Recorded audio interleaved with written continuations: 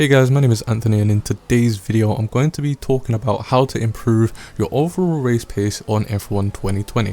Now, I don't claim to be the quickest on the game. In fact, I know I'm not the quickest on the game compared to your esports drivers and compared to some of the top guys on each individual platform.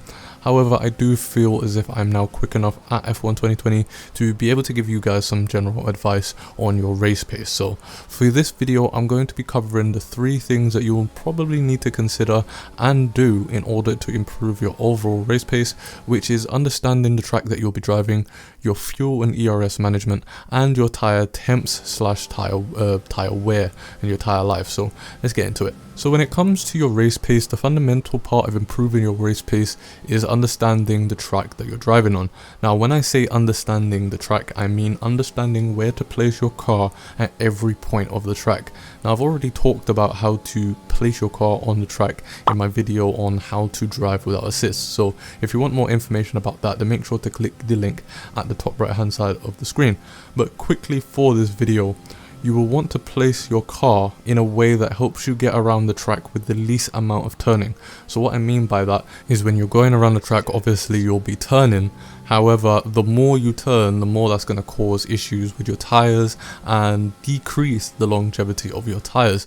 So you'll want to actually place your car on the outside of a corner going into the corner. Then you'll want to turn in towards the apex for the most part, and then you'll want to place your car back on the outside going through the exit. This is the way that you get around the corner with the least amount of turning, because if you was to say go on the inside of the track going towards the corner, you'd have to turn the car a lot more than you would if you was on the outside. So that's what I mean by that. So next, we're talking about fuel and ERS managements. Now, I'm pretty sure that the esports pros will all have their sort of personal methods of saving fuel and saving ERS, the right amount of fuel and ERS when it comes to their races.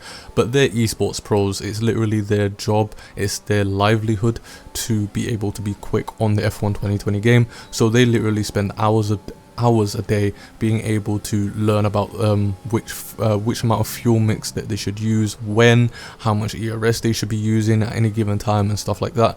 Whereas us guys, we just get on the game wanting to play, so we're not really that knowledgeable about it. But for me, what works for me is the way I use my fuel and ERS in certain situations. So as you may know, F1 2020, they've changed the way that ERS works to make it a little bit more realistic. So you can only really go into 2 different modes during a race, which is medium, that's the standard mode that you'll be in throughout the race, and then overtake, which you can press the overtake button to use. However, it will use your ERS very quickly. So for the most part, when it comes to ERS, you'll want to stay in standard mode. I'd only really recommend using the overtake when you're about to overtake another car, or when you need to defend from being overtaken by another car.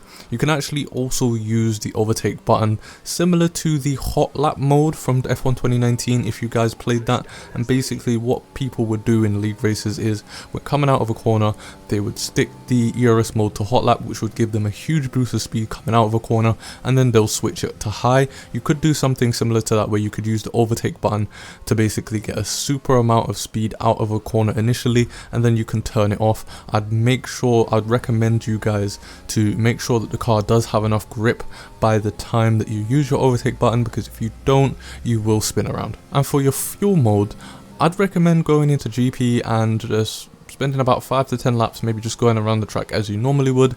This would give you a good idea of how much fuel you tend to use, so that you can accommodate for that when choosing how much fuel to put in your car at the start of the race. So in terms of your fuel modes, if you're using a controller, I can understand that it's a little bit more difficult to keep changing modes. So I'd recommend maybe just sticking to standard mode for the most part, and then using rich for when you want to make a move on another driver, or if a driver is wanting to make a move on you and you're looking to defend it.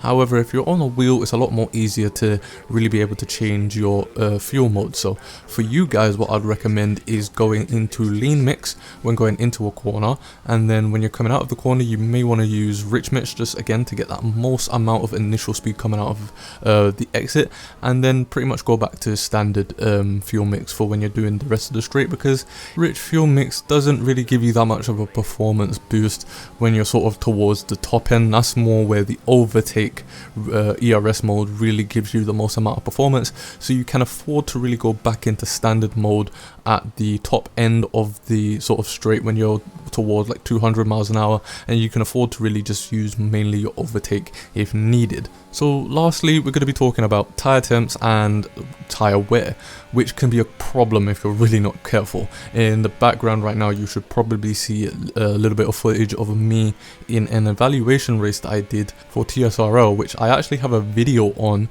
So if you want to watch that one and basically see what happened to me during the race, then you can click the link at the top right hand side of the screen. And basically what happened is I didn't necessarily have the right amount of tire pressure for that track, and the tire wear and tire temperatures were pretty damn high, and at the end of the race I basically just had to nurse the car home, or else I was going to risk getting a puncture. So because of that, when it comes to tire wear, I'd recommend using lower tire pressures on tracks that are really demanding on your tires. So this is tracks such as Silverstone, where there's a lot of high speed corners, tracks like Bahrain and Singapore, where the temperatures are quite high, so it can really give you a lot of tire wear when it comes to the track. I would definitely recommend that. And then I'd also recommend prioritizing the side that will take the most punishment. In F1 2020, they've changed the way that tire pressures work. Now, instead of just choosing the tire pressures for the front of the car and the back of the car, you can actually choose the tire pressures for each individual tire, which is pretty darn good, especially if you want to improve the amount of tire wear that your car can really handle. So when it comes to tire wear, the side of your car that will take the most punishment is the outside of your car. So for tracks like Silverstone, where it's a clockwise track, that will be the left hand side of your car. So you want to have the lowest tire pressures on the left hand side of your car, because that's basically the side of the car that's going to take the most weight. And then for tracks like Brazil, where it's a counterclockwise track, then that will be the right hand side of your car, which will take the most amount of weight, which will also increase the tire wear. So you definitely want to have the lowest amount of tire pressures on the side of the car that will be taking the most punishment. So that's going to be it for this video. If you liked this video and you want to see more F1 tips similar to this, then make sure to hit the like button and stick around by subscribing to the channel. We're almost at 600 subscribers at the time of recording this, and it would be pretty awesome to hit that as soon as possible. So yeah, I'll see you guys in the next video.